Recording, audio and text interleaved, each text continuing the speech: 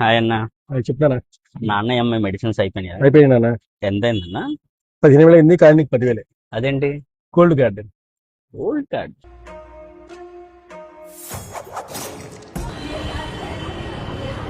Hi Gokul, good evening. Last month 3 bags పంపించామని చెప్పారు నాన్న. 3 bags ఎంత బిల్లు? 6,000 అయింది నీకు కాబట్టి 5,000. ఎందుకు? Silver card. సిల్వర్ కార్డా? ఏంటిది?